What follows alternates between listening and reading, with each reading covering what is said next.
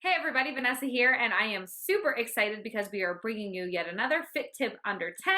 Today's topic is all about how to read a food label. Guys, I'm super excited about this one simply because it's really going to teach you whether or not you should be throwing that item into your shopping cart. So let's do this. All right, ladies, Vanessa here bringing you your Fit Tip Under 10, and this one is all about how to read a food label. So a couple of different things that you want to start getting into the habit of is really just finding that food label as soon as you pick up a product that's boxed or prepackaged. When you find that food label, we're going to look at this in 5 different sections, and you want to start reading it from the top section all the way down. So the very first section is going to give you some information about the serving size. So in this particular item, there are 8 servings per container, as well as one serving size is 2/3 of a cup or 55 grams. Keep in mind that the serving size is not the recommended amount that you should be eating, rather a portion selected to give the proper facts below. So all this is simply telling you guys is that, hey, 2/3 of a cup has included all of the things down below in the different sections. So section number 2 is just taking a look at the amount of total calories per one serving. So for this one particular item in 2/3 of a cup, you're going to consume 230 calories. If you were to consume the 8 servings that's located inside of this product, you actually would be consuming 1,840 calories. So you definitely want to be paying attention to number 1 and number 2. And for section number 3, this is going to give you a bunch of information about some key nutrients that are going to be found in the food label. So really your carbs, fat, and protein, maybe you guys have heard these be referred to as macronutrients. You're going to find how many of those macronutrients are located inside of that item in section 3. A couple things you want to look out for is, of course, looking for things like saturated fats, added sugar, sodium. Those are things you definitely want to keep an eye out for. So in this particular item, we've got 8 grams of fat, and in total, out of the 8 grams of fat, one of those is saturated fat, and it's got 0 trans fat. So the other 7 grams is actually going to be unsaturated fat, which are the good, healthy fats for you.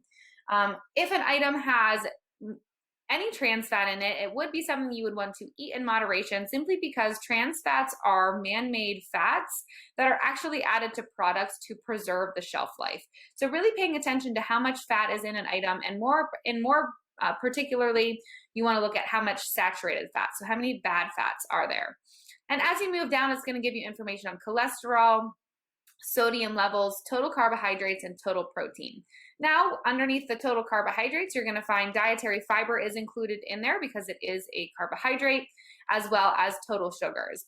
The one thing that you definitely want to be looking for is this added sugars here. So you can see in this item, out of the 37 grams of carbohydrates, 12 of those grams are coming from total sugars, and of those total sugars, 10 of them is from added sugar. So something maybe, again, to eat in moderation. This is pretty high in added sugars.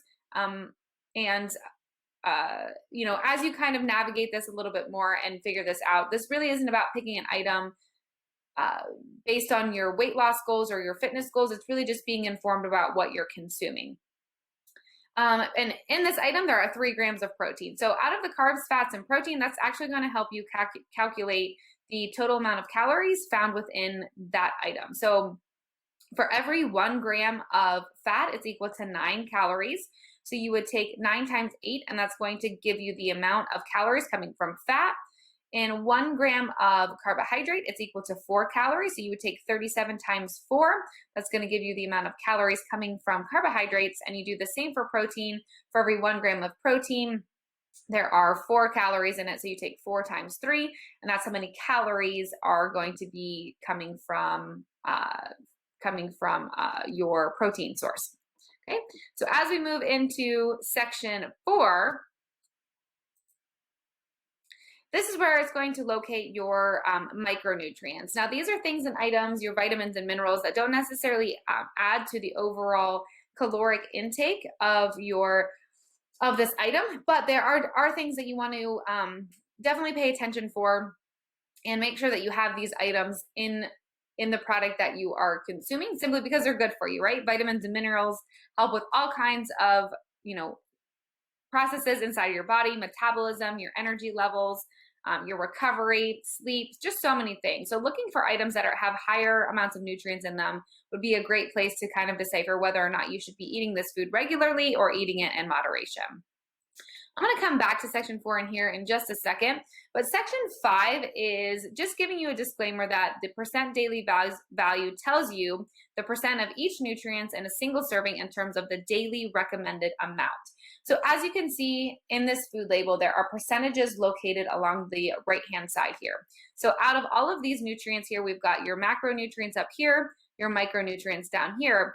It's going to give you it's going to give us a percent daily value of how much of that item is that you should be consuming. So if you want to consume less of a nutrient, so say for example, you're trying to watch your sodium intake or you're really looking at saturated fats, you would want to choose a food with a lower percent daily value of 5% or less. And if you want to consume more of a nutrient such as fiber, maybe vitamin D, you want to choose foods with a higher percent daily value of 20% or more. So if we come back to section 4 here, we can kind of look at, this item would be a good item to choose if we were looking for something higher in calcium. Okay, it would be an item we would also maybe want to eat in moderation, right? Because this added sugars is actually 20%, so 15% over what they are recommending we choose if we're wanting to watch a specific nutrient.